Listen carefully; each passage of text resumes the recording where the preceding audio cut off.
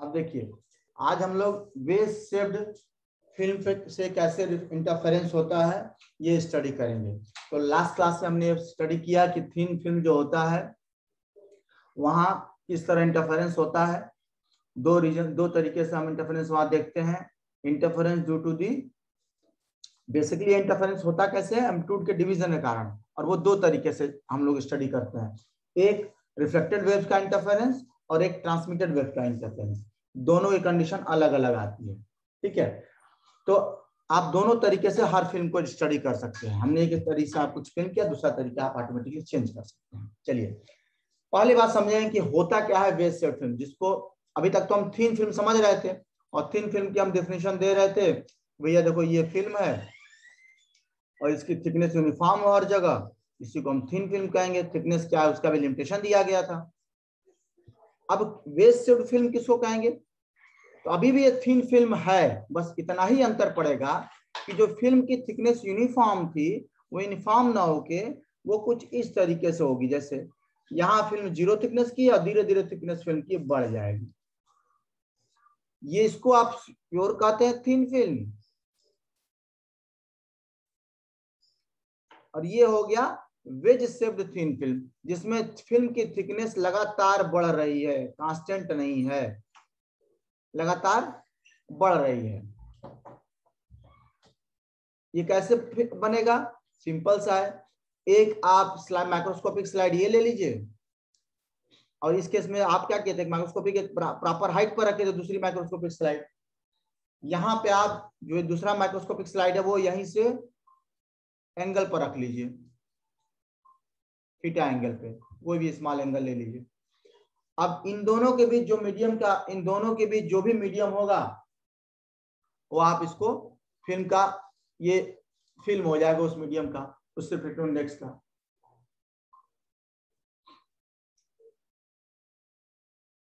तो आपने ये समझा कि पहले बात की वेज फिल्म होती क्या, वेज शेप्ड फिल्म होती क्या है।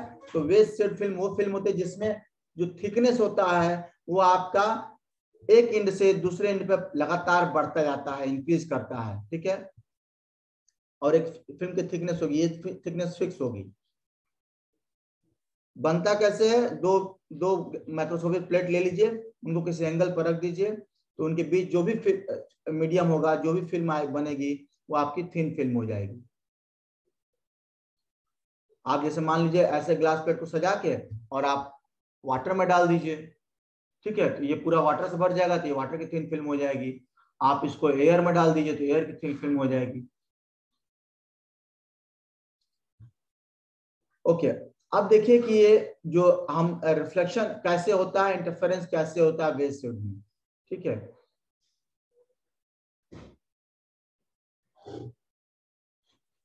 देखिए ये आपका फिल्म है, ये आपकी फिल्म है, ठीक है। ये बीच में मैंने कहा ना दो माइक्रोस्कोपिक प्लेट, एक प्लेट ये, एक प्लेट ये, और इन दोनों के बीच में जो होगा वो फिल्म होगा। तो ये देखिए एयर वेज फिल्म है, ये पूरा रेड कलर में आपको दिख रहा होगा, हल्का रेड कलर में, यही आपकी फिल्म है। आपने लाइट इंसिडेंट किया, आपने क्या किया, लाइट आपने इंसिडेंट किया। अब देखिए ये आपका जो भी मीडियम है, आप जो इसको डाल रहे हैं ये एयर है, ठीक है, और ये आपका बाहर है जो कि डेंसर मीडियम है। तो जब आप डेंसर से रेयर की तरफ जा रहे हैं तो फेज चेंज कितना होगा? 0।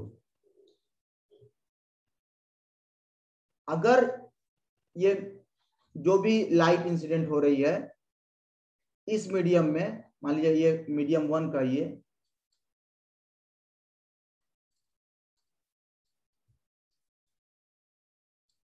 और इसको आप मीडियम 2 कहिए, सॉरी इसको मीडियम 2 कहिए।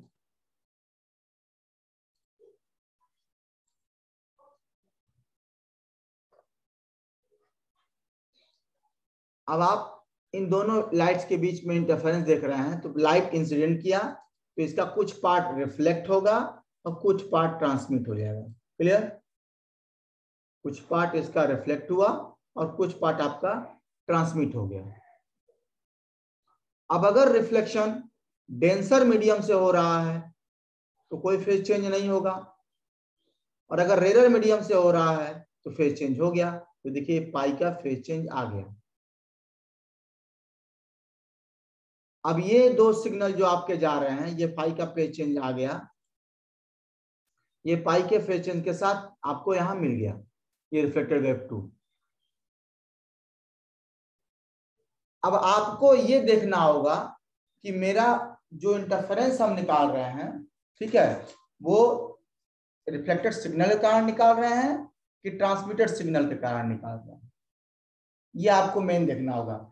मैंने आपको नोट्स में कोई एक मीडियम बताया होगा, दूसरा आप अपने से सॉल्व करेंगे।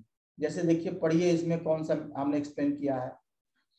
When the light is incident on a wedge, मुझे लगता है हाँ, it gets partly reflected from the glacier boundary and that gets partly transmitted to the air film.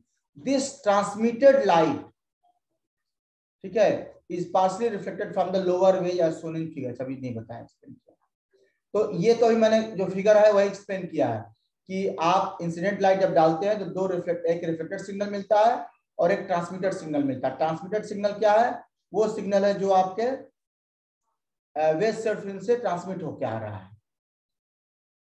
अब आप देखिए कि ये जो सिग्नल है रिफ्लेक्टेड 1 और रिफ्लेक्टेड 2, ये कहां से आ रहे हैं? ये इंसिडेंट वेव से ही आ रहे हैं through the division of amplitude.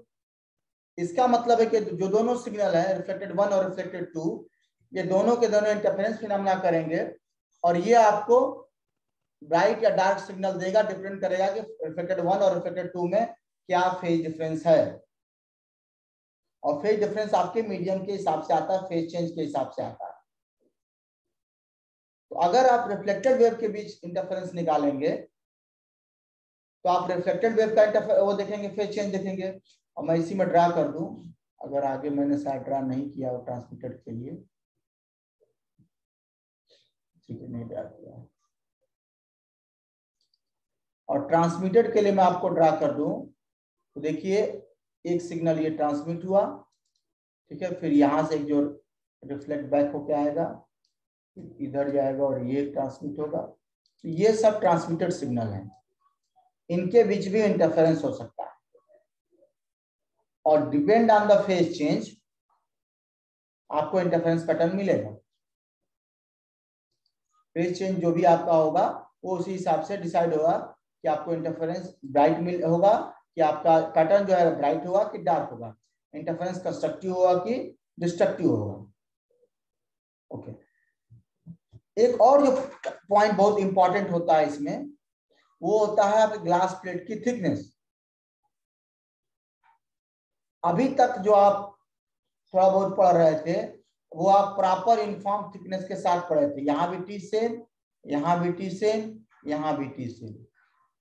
तो कहीं भी आप रिफ्लेक्शन इंटरफेरेंस फिनोमेना देख ले रहे थे, वहां कहीं भी आप उसके बीच का, दो के बीच का आप पार्ट डिफरेंस देख ले रहे थे, यही कर रहे थे ना। पार्ट डिफरेंस के लिए थिकनेस सेम है। अब अगर आप इस सिग्नल और इस सिग्नल के बीच पार्ट डिफरेंस देखना चाहेंगे तो आपको चेंज मिलेगा। यहाँ थिकनेस फिल्म की T1 है और यहाँ फिल्म की थिकनेस T2 है। ये थिकनेस T1 है, ये थिकनेस T2 है। दोनों पॉइंट पर फिल्म की थिकनेस अलग अलग होगी। आप जिन दो सिग्नल्स के बीच की बात कर रहे हैं, अब आपको प्रॉपर मैथमेटिक्स सॉल्व करना पड़ेगा कि पार्ट डिफरेंस T1 और T2 के टर्म में कितना होगा। ठीक है, चलिए हम लोग सॉल्व करते हैं।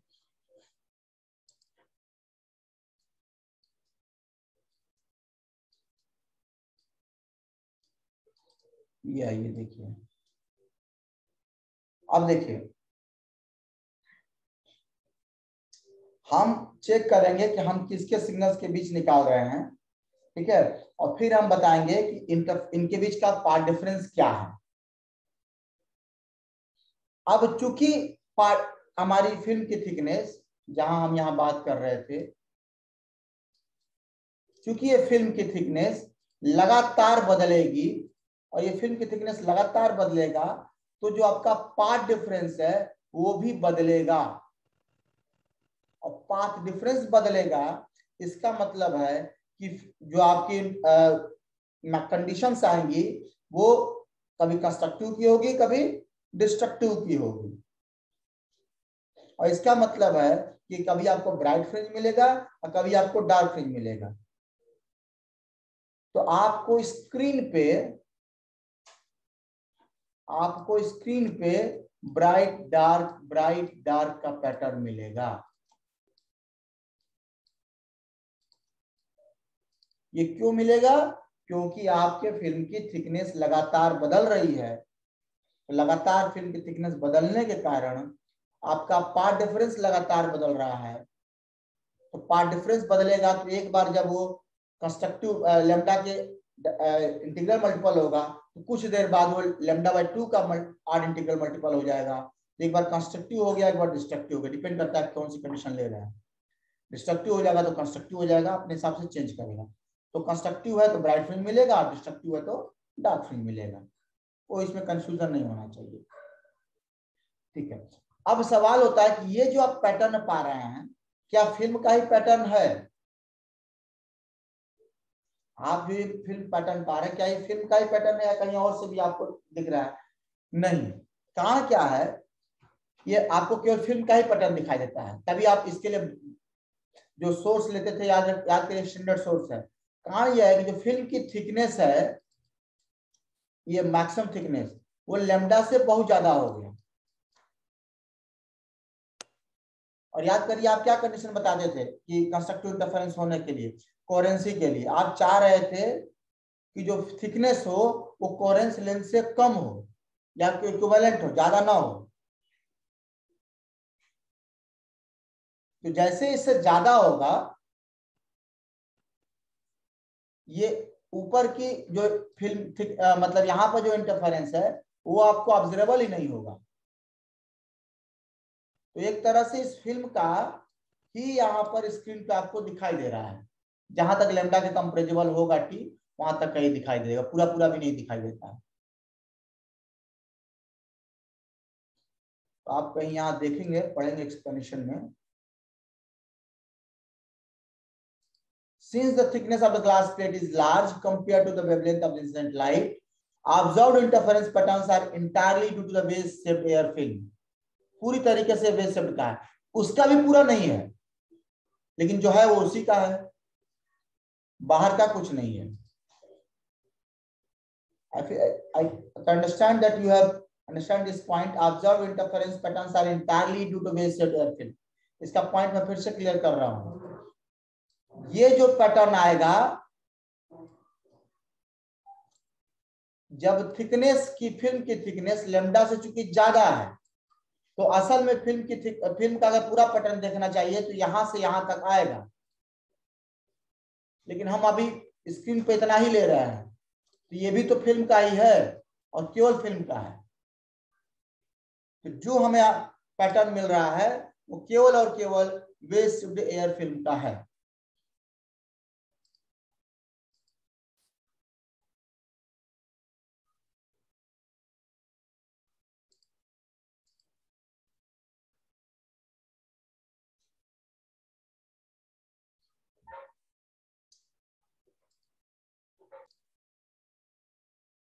ओके, सो अब हम देखेंगे कि कैसे आप मैक्सिमा और मिनिमा क्या कंडीशंस होंगी, ठीक है। तो कंडीशन देखते हैं हम। सबसे पहले हमको एक चूज करना पड़ेगा कि जो हम इंटरफेरेंस निकाल रहे हैं वो किससे कहाँ निकाल, रिफ्लेक्टेड रेज से कहाँ कि ट्रांसमिटेड रेज कहाँ। तो मैंने यहाँ एक्सप्लेन किया आपको कि देखिए मैं इंटरफेरेंस कंडीशन जो आपको दे रहा हूँ वो रिफ्लेक्टेड रे के कारण निकाल रहा हूँ। तो रिफ्लेक्टेड रे की क्या कंडीशन थी इंटरफेरेंस की, आपको याद रखना पड़ेगा, जिसमें पाई का फेज डिफरेंस उल्टा हो जा रहा है। रिफ्लेक्टेड रे के केस में आपका जो पार्ट डिफरेंस होना चाहिए दैट इज 2 म्यू टी का आसार, आपने पहले पढ़ा होगा लास्ट क्लास में, 2 म्यू टी का आसार, that should be the integral odd integral multiple of λ/2।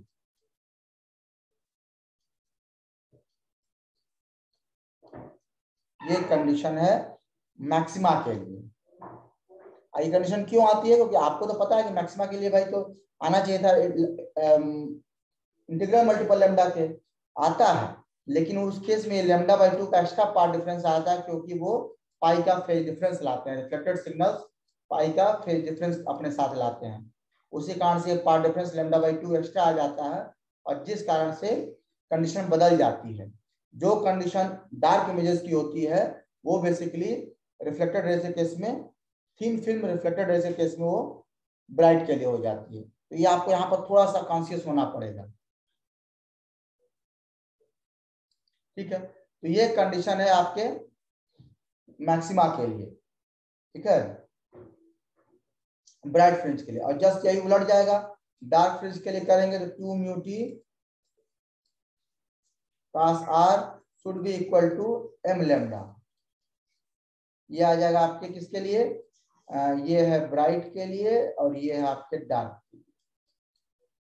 क्या होगा अगर मैं चेंज कर दूं,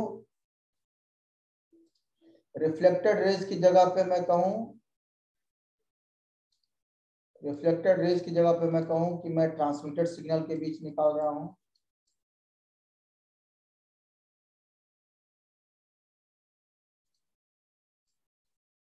अगर मैं ट्रांसमिटेड सिग्नल्स का से इंटरफेरेंस निकाल रहा हूं, तो ये जो कंडीशन आई थी ब्राइट की वो डार्क की हो जाएगी, उल्टा हो जाएगा, इसमें फेज डिफरेंस नहीं आता है, और ये जो डार्क की कंडीशन है वो ब्राइट की हो जाएगी, जस्ट उल्टा हो जाएगी। चलिए आगे बढ़ते हैं। अब हमारा काम है ये जो पाथ डिफरेंस है उसको निकालना, ठीक है, दो अलग अलग पॉइंट पे। आपका जो पाथ डिफरेंस आया है दो सिग्नल्स के बीच, मतलब आप फिल्म ऐसे ले रहे हैं और ये इंसिडेंट लाइट ये है, एक तो रिफ्लेक्टेड रेज ये है, तो आपने जो सॉल्व किया वो क्या किया है, इंसिडेंट और रिफ्लेक्टेड वन के बीच का आपने पाथ डिफरेंस निकाल लिया है सिग्नल के बीच। अब आपका दूसरा जो पोर्शन है, या आपने यहां से एक सिग्नल लिया और ऐसे इस पॉइंट पर निकाला, जिस भी पॉइंट पर आप टी ले लिए उस पॉइंट पर आपने निकाल लिया। अब आपके पास दो सिग्नल है, दो टी है,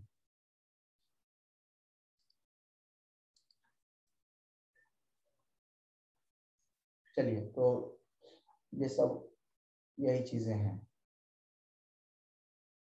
हाँ थोड़ा सा और एक्सप्लेन, कुछ छोटी छोटी चीजें हैं जो एक्सप्लेन करना छूट जाता है,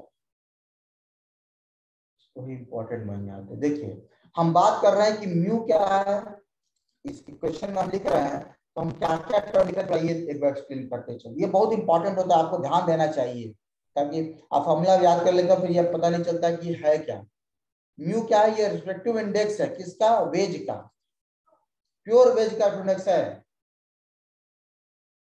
अभी जो हम म्यू लिख के ला रहे हैं तो ये प्योर वेज का है, मतलब इसमें हम कोई रिफ्लेक्टिव जो आपका रिफ्लेक्टिव इंडेक्स है वो हम वेज का ही लिख रहे हैं।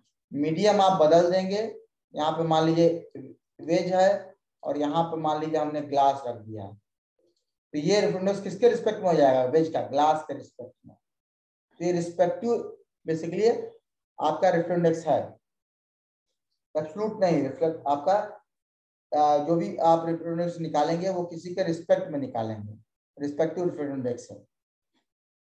टी क्या है, टी एयर फिल्म की थिकनेस है उस पर्टिकुलर वेज पर जहां पर आप इंटरफेरेंस निकालना चाहते हैं, बेसिकली जहां पर आप लाइट इंसिडेंट करा रहे हैं। आर वो एंगल है, रिफ्लेक्शन एंगल है जहां से वो रिफ्लेक्ट हो रहा है सिग्नल, ये वाला। और लैम्डा वो लाइट का वेवलेंथ है जिसको आपने इंसिडेंट कराया, और एम वो आर्डर है जिसके लिए वो नंबर्स, जिसको नंबर आप कहते हैं इन जनरल वे में, जिसके लिए आपका वो मैच कर रहा है कंडीशंस को। ये आपको प्रॉपर जनरली क्लियर होगा कि क्या क्या टर्म्स आप यूज कर रहे हैं, ठीक है। अब हमारा काम है आगे की इसको एक्सप्लेन करना। अब देखिए सिंपल सी मैथमेटिक्स है, आपने दो पॉइंट लिया, एक पॉइंट यहाँ पर एक रिफ्लेक्टेड रेज था, एक रिफ्लेक्टेड रेज आपका यहाँ था, ठीक है। चलिए एक पॉइंट ए मान लिया और एक पॉइंट सी मान लिया, इंसिडेंट लाइट आपका ये है, ठीक है, ओके।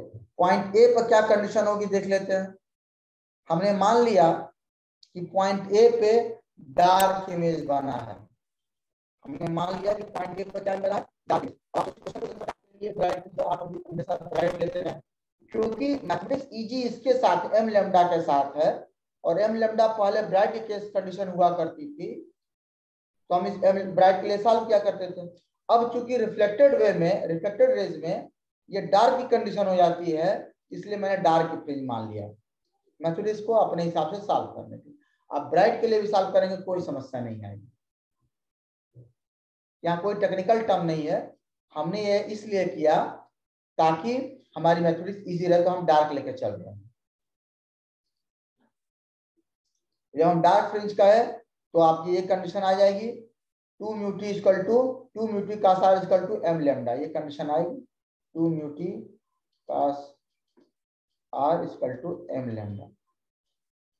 मान लिया कि पॉइंट ए पे थिकनेस T1 है तो 2 म्यू T1 हो जाएगा, और यह हम मान रहे हैं कि सिग्नल जो है, लाइट जो है वो नॉर्मली इंसिडेंस किया गया है, एंगल पर नहीं किया है। क्यों ऐसा मान रहे हैं? फिर से मैथमेटिक्स इजी करने के लिए हम मान रहे हैं कि जो लाइट है वो आई पर इंसिडेंट ना करके और आर पर रिफ्लेक्ट उसको ना करा के हम उसको नॉर्मली इंसिडेंस करा रहे हैं, तो आई कितना हो गया 0, आर भी उसका हो जाएगा 0। तो कास आर कितना हो गया, आर कितना हो गया 0, तो कास आर कितना हो जाएगा 1। इक्वेशन हो जाएगा 2 mu T1 equal to m lambda, यही देखिए आया है।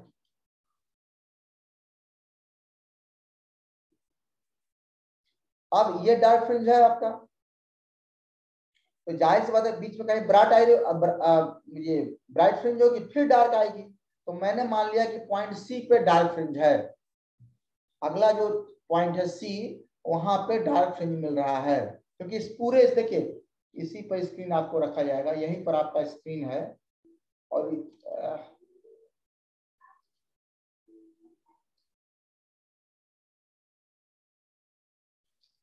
इसी पर आपको ब्राइटर ब्राइटर मिलेगा, आपको मान लिया।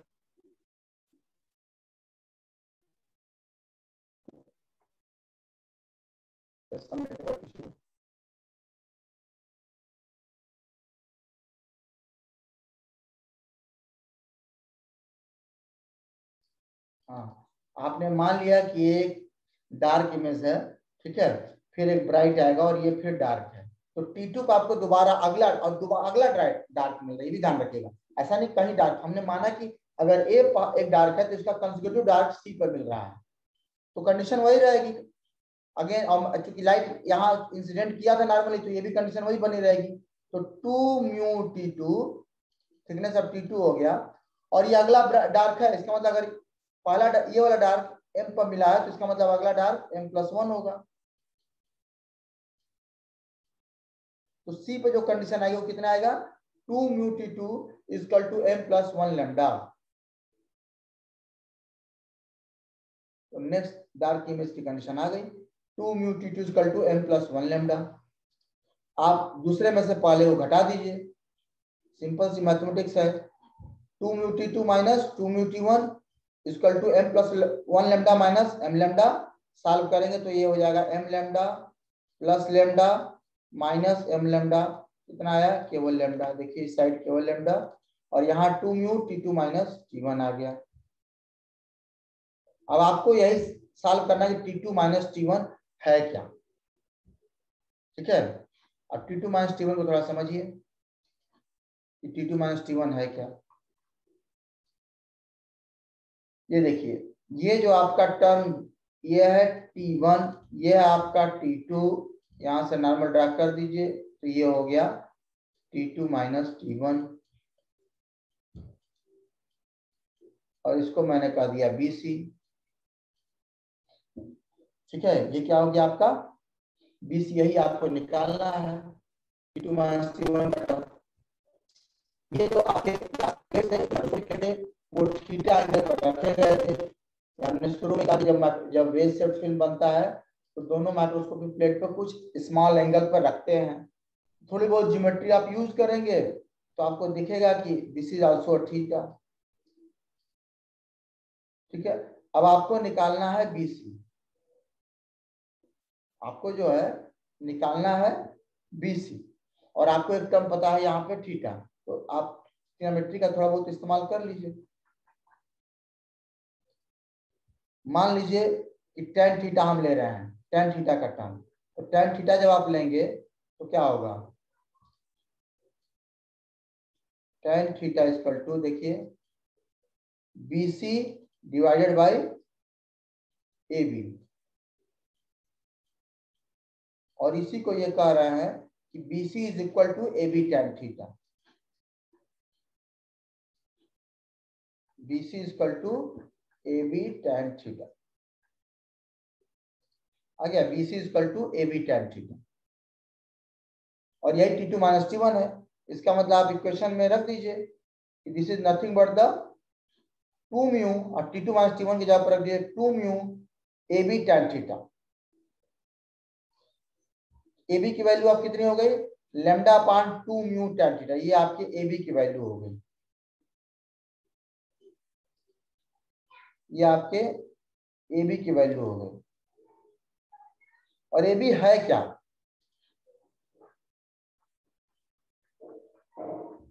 बताइए AB है क्या, ये AB क्या है,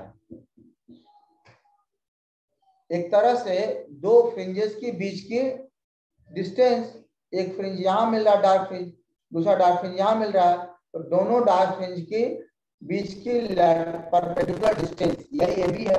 और यही आप इसी को पता है consecutive dark images are two consecutive dark fringes are two consecutive bright fringes। चूंकि आपकी वेव शेप्ड फिल्म एंगल पे है, ठीक है, इसलिए हम उसका परपेंडिकुलर डिफरेंस ले रहे हैं, और परपेंडिकुलर डिफरेंस जो नॉर्मल डिफरेंस जिसको बोलते हैं वो आपका AB है, और यही आपका फ्रिंज विड्थ है, and that AB was nothing but the lambda upon 2 mu tan theta.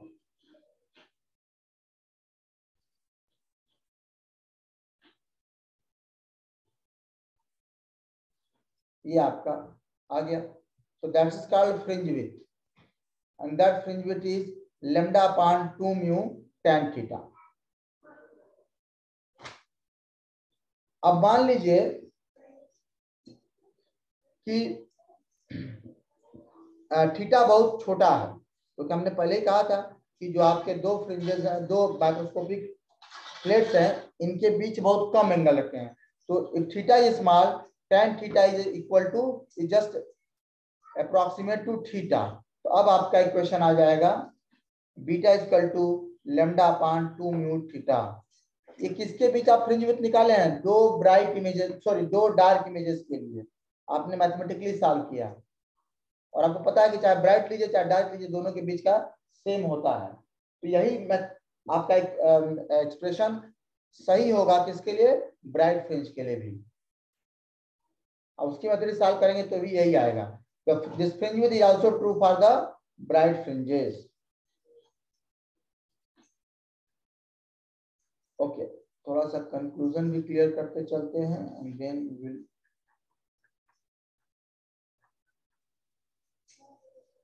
Properties भी कंप्लीट कर लें तब खत्म करेंगे।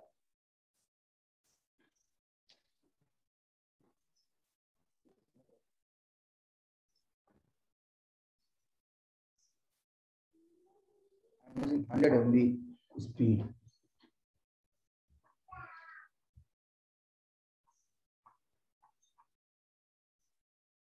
ओके,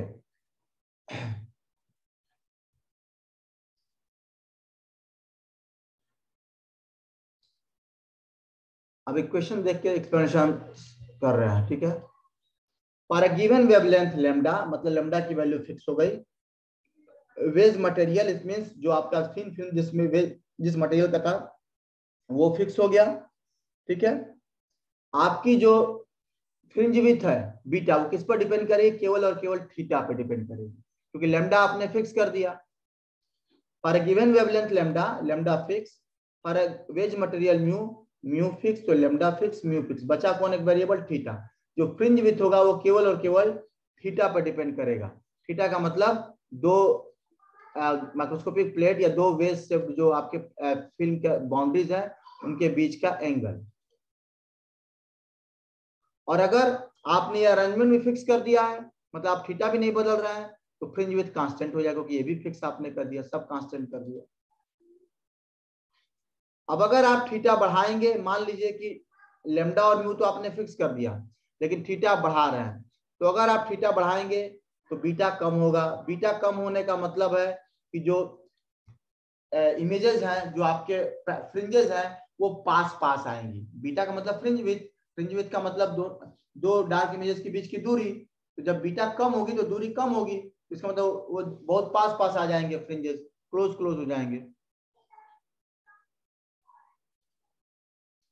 और एक कंडीशन बनता है कि अगर आपका वेज एंगल 1 डिग्री हो जाए के आसपास, वेज एंगल कितना हो, 1 डिग्री हो जाए, तो 1 डिग्री बहुत आपका ये थीटा कम है, सॉरी ये 1 डिग्री बहुत ज्यादा है रिस्पेक्ट टू जब हम कह रहे थे कि बहुत स्मॉल एंगल रखना है, तो in comparison of small angle. आपको याद है हम उसमें फ्रेस्नेल बायप्रिज्म में हम थीटा को कितना रख रहे थे, 30 सेकेंड रख रहे थे। तो अगर ये थीटा इस रेंज से उठ के 1 डिग्री पे आ जाता है तो ये बहुत ज्यादा है, और थीटा बहुत ज्यादा होने का मतलब बीटा बहुत कम है।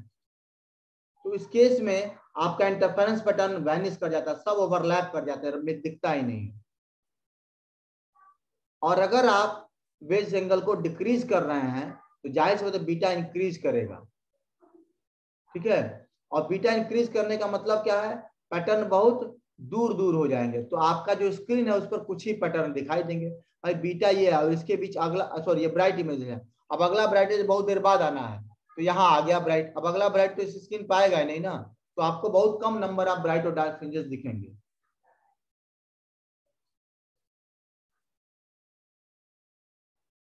इसको आप सब पढ़ लीजिएगा। If wedge angle is decrease, beta is increase. If wedge angle is reduced to a very less number, the thickness of a film at different points are approximately same and hence fringes also disappear. Okay. अब देखिए fringes आपका veg से film का जो fringes है उसकी क्या conditions है।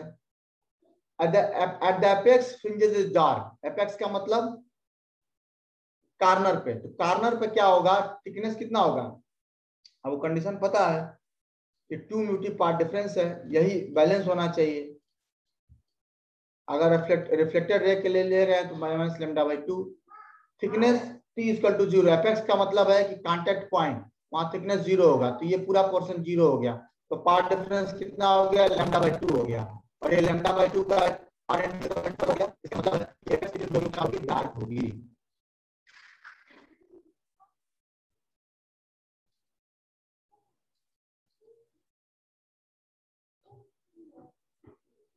फ्रिंजेस आर इक्विडिस्टेंट, ये हम ऑलरेडी सॉल्व कर चुके हैं कि अगर आपको एंगल फिक्स कर दीजिए, आप अगर आप म्यू फिक्स कर दीजिए, अगर आप थीटा फिक्स कर दीजिए, तो जो बीटा होगा वो कांस्टेंट होगा, और बीटा कांस्टेंट होने का मतलब है डार्क और ब्राइट फ्रिंजेस इक्वल डिस्टेंस पे होंगे। तीसरा पॉइंट है कि फ्रिंजेस स्ट्रेट होंगी और पैरेलल होंगी। सिंपल सी बात है, आप जो फ्रिंजेस निकाल रहे हो किससे कारण निकाल रहे हैं, रिफ्लेक्टेड रेज से कारण निकाल रहे हैं। तो रिफ्लेक्टेड रेज क्या होती हैं, पैरेलल होती हैं, तो जो आपकी फ्रिंजेस आएंगी वो भी पैरेलल होंगी और स्ट्रेट होंगी। दिस फ्रिंजेस आर लोकलाइज्ड, इसको थोड़ा समझने की जरूरत है, इसको लोकलाइज्ड आप क्यों कहते हैं। आप लोकलाइज इसलिए कहते हैं, लोकलाइज और नॉन लोकलाइज का मतलब समझिए। अगर आपका फ्रिंज ऑब्जर्वेशन स्क्रीन के कुछ एरिया में आ जाता है, इसको लोकलाइज्ड बोलते हैं, और अगर पूरे एरिया में कवर करता है इसको नॉन लोकलाइज्ड बोलते हैं। अगर ये आपका वो स्क्रीन है और फिल्म की, अगर आपकी जो फ्रिंजेस है, नॉट फिल्म, फ्रिंजेस, अगर फ्रिंजेस इतने ही पार्ट में आ जा रही हैं तो इसको बोलते हैं लोकलाइज। और अगर ये इतने में ना आके पूरा कवर कर ले, इससे आगे भी चली जाए, ठीक है, कवर हो ही नहीं पा रहा हूं, तो उनको बोलते हैं नॉन लोकलाइज्ड। ठीक है, आपको ही बताया मैंने कि आप जो वेज शेड फिल्म लेते हैं उसमें का पूरा जो स्क्रीन है वो इतने में ही आपका पूरा वेज शेड आ जाएगा, क्योंकि थिकनेस उसकी ज्यादा है। तो इतने में ही उसका पूरा का पूरा फिल्म कवर हो जाएगा। इसीलिए जो फ्रिंजेस आपकी बनती हैं टॉप सरफेस पे वेज शेप्ड फिल्म की, वो आपकी लोकलाइज्ड होती है, वो आपको पूरा का पूरा इसमें कवर कर जाती है। इसके पहले के जो आप देख रहे थे वो अधिकतर नॉन लोकलाइज्ड थी। आप जितना देख पा रहे थे स्क्रीन पे उतना ही आपको दिख रहा था, बाकी फ्रिंजेस भी थी।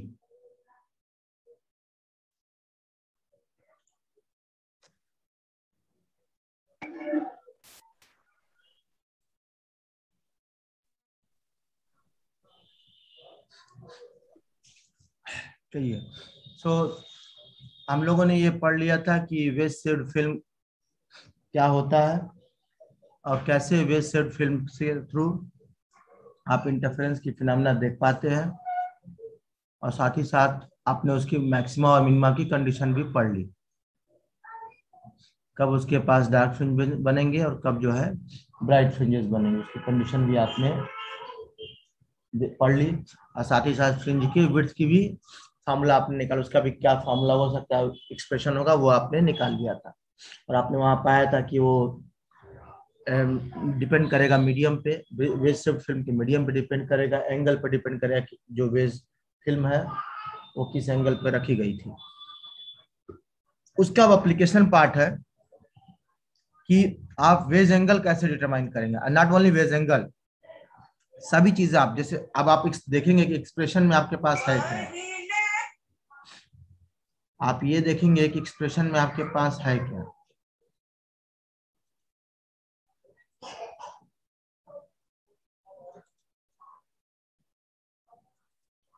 ये एक्सप्रेशन है आपके फ्रिंज विड्थ का, ठीक है, जहां कहता है लेमडा अपान 2 म्यू थीटा। लेमडा आपका वेवलेंथ है, म्यू आपका रिफ्रैक्टिव इंडेक्स है जो फिल्म है, और थीटा जो है आपका वो वेज एंगल है। थीटा आपका जो है वो आपका वेज एंगल है। अब आप चाहें, अब ये फ्रिंज विड्थ है तो फ्रिंज विड्थ की का वैल्यू निकाल रहे हैं, अगर आपको लेमडा पता हो, अगर आपको म्यू पता है, और अगर आपको थीटा पता है, और मैं एक्सप्रेशन से सब कुछ निकाल सकता हूँ। मैं लेमडा निकाल सकता हूँ अगर मुझे बीटा पता है, फ्रिंज विड्थ पता है, म्यू पता है और थीटा पता है। मैं थीटा निकाल सकता हूँ, वेज एंगल निकाल सकता हूँ अगर मुझे बीटा पता है, फ्रिंज विड्थ पता है, म्यू मीडियम का रेफरेंस पता है जो उसमें फिल्म की मीडियम है, वेज का जो मटेरियल है, और लेमडा पता है। तो आप आपके पास 4 वेरिएबल्स है जिसमें आपके पास 3 पता होना चाहिए, तो आप चौथा अपने आप निकाल सकते हैं इसी फॉर्मूले को यूज करके। तो यही एप्लीकेशन है। इसी बार में हम एक्सप्रेशन जो है थीटा निकालने का प्रयास कर रहे हैं। तो जब मुझे थीटा निकालना है तो जाहिर सी बात मुझे बीटा पता होना चाहिए, मुझे लेमडा पता होना चाहिए, मुझे म्यू पता होना चाहिए, मुझे पता होना चाहिए या मुझे पता करना होगा। मेरा जवाब यही है, if I have to calculate theta, I should know beta, I should know lambda, and I should know mu, or I have to calculate that all these 3 parameters by different ways, not this way.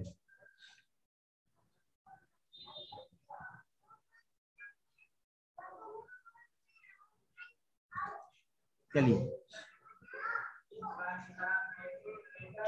ठीक है, हम veg angle अगर निकालने का प्रयास करें तो सीधी सी बात है, हमने कहा कि let us I have 2 dark fringes Q पर और आर पर।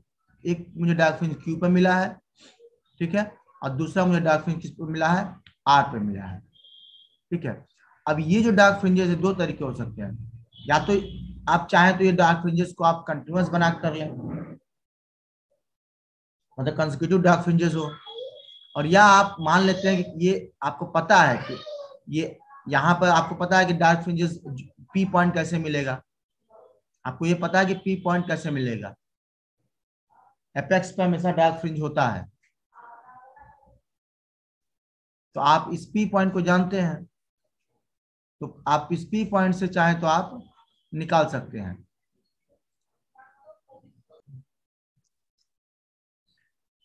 तो आपने मान लिया कि आपके पास एक पॉइंट क्यू है जहां पर आपका डार्क फ्रिंज बन रहा है, और दूसरा आप मान रहे हैं एक आपका दूसरा पॉइंट आर है जहां पर फिर से एक डार्क फ्रिंज बन रहा है। तो जो क्यू पॉइंट पे मानते हैं कि mth डार्क फ्रिंज है और उसकी सेंटर से पोजीशन x1 है, और जो आर पॉइंट है वहां पे nth डार्क फ्रिंज है और उसकी सेंटर से पोजीशन x2 है। तो ये जो क्यूथ डार्क फ्रिंज है इसकी पोजीशन आपको पता है, दैट इज x1, इसकी पोजीशन आपको पता है x1, और जो आपकी आरएथ फ्रिंज है उसकी पोजीशन पता है आपको x2। तो चूंकि ये डार्क फ्रिंज है, यहाँ फिल्म की थिकनेस T1 है, तो डार्क फ्रिंज की कंडीशन अप्लाई करिए, 2 mu t equal to m lambda, m is the order of the fringe. तो म्यू तो इसके दोनों के लिए सेम है क्योंकि फिल्म तो एक ही है। तो 2 म्यू थिकनेस आपकी T1 है और यहाँ पर आपकी थिकनेस T2 है। जब हम कंडीशन को सेटिस्फाई करेंगे तो आप देख पा रहे हैं कि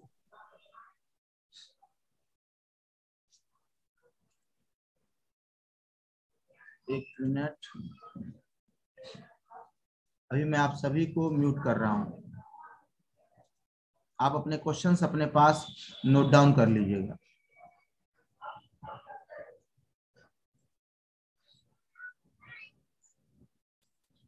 सो 2 म्यू T1 जो film thickness equal to m lambda, mth order की फ्रिंज थी।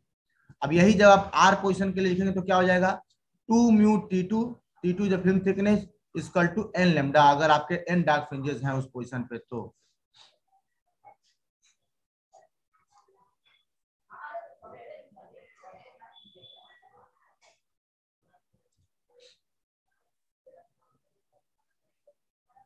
This is 2 mu T equal to m plus n lambda. इसका मतलब है कि आपकी n डार्क फ्रिंजेस हैं between the q plus r।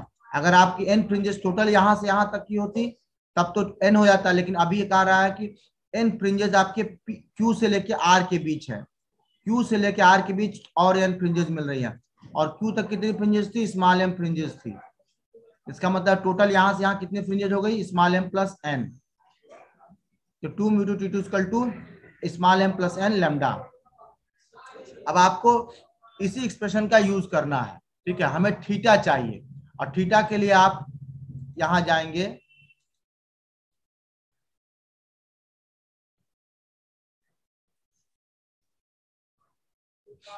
Theta के लिए आप सिंपल से अगर मैथमेटिक्स यूज करेंगे तो आपको पता चलेगा that is tan theta equal to T1 upon x1 and also tan theta equal to T2 upon x2। Simple सी मैथमेटिक्स है। tan theta equal to T1 upon x1 और यही tan थीटा इक्वल सेम होगा T2 upon x2 के। और चूंकि हमें पता है कि थीटा बहुत कम होता है तो tan theta is nothing but the theta only, और यही बेस एंगल आपको निकालना है। इसका मतलब है कि आपको अपने एक्सपेरिमेंट से T1 बाई x1 निकालना है और अपने एक्सपेरिमेंट से T2 बाई x2 निकालना है। आपको अपने एक्सपेरिमेंट से T1 बाई x1 निकालना है और T2 बाई x2 निकालना है। आपको इतना ही काम करना है।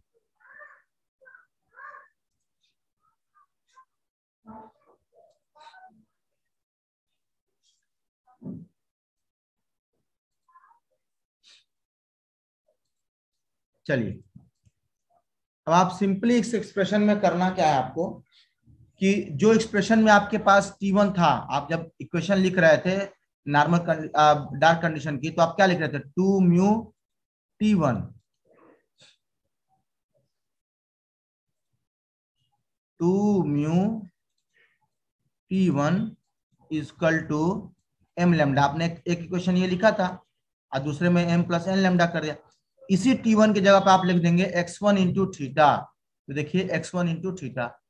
दूसरे एक्सप्रेशन में आप लिख देंगे 2 म्यू और यही थीटा की वैल्यू बदल देंगे हम, अब वो x2 के टर्म में आ जाएगा, ठीक है, x2 into theta.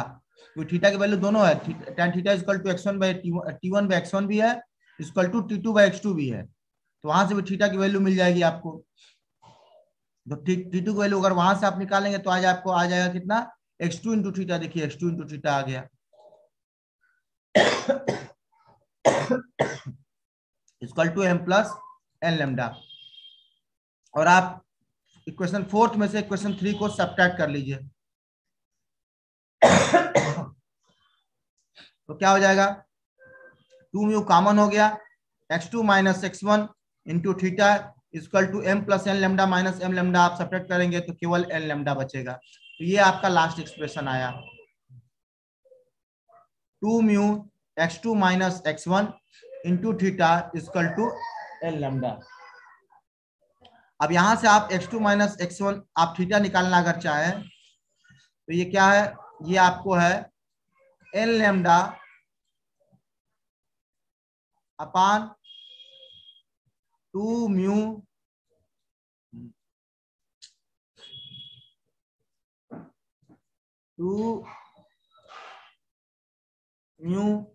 x2 minus x1।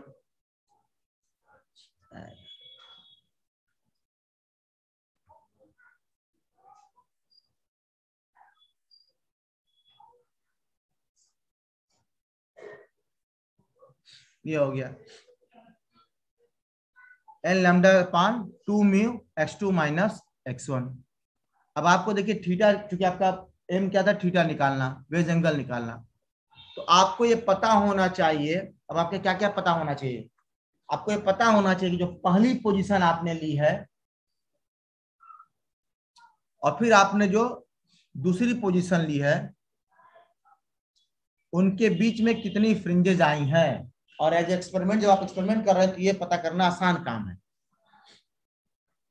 भाई। एक पॉइंट आपने फिक्स कर लिया जहां आपको डार्क फ्रिंज मिली थी, आप एक्सपेरिमेंट कर रहे हैं वैसे फिल्म और आपने एक डार्क फ्रिंज देख लिया, तो आपने उस डार्क फ्रिंज से आपने एक पोजीशन देख लिया। अब देखिए इसमें एक पॉजिटिव पॉइंट क्या है, आपको वो एपेक्स पॉइंट पता करने की जरूरत नहीं थी। आप जहां भी आपका वेज सेट फिल्म है, आप उस एपेक्स पॉइंट की केवल इनिशियल वैल्यू, जिसको रेफरेंस वैल्यू कहते हैं, वो सेट कर दीजिए। आपने उसको एक तरह से सेट कर दिया और वहां से आप पहला जो पॉइंट निकाला P, उसकी दूरी निकाल ली लेटरल। जो आप इस पॉइंट पर आप देख रहे थे पॉइंट Q पे पहली डार्क फ्रिंज, तो एपेक्स से कितनी दूरी चले आपको ये पता आ गया, ये है x1, तो ये आपको पता है। फिर आप कुछ दूरी के बाद, कुछ फ्रिंजेस के बाद आपने एक और पॉइंट सेलेक्ट कर लिया R, तो आपको ये पता चल गया कि Q और R के बीच कितनी फ्रिंजेस आपने क्रॉस की, N आपको पता चल गया। और जो आप अगली पोजीशन आपने फिक्स की है फ्रिंज की, उसकी भी पोजीशन आपको यहां से पता चल जाएगी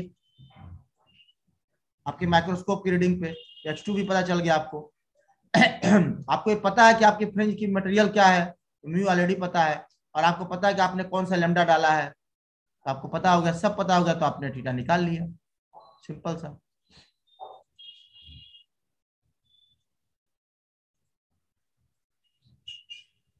ठीक है, इस तरीके से आप वेज एंगल निकाल पाते हैं।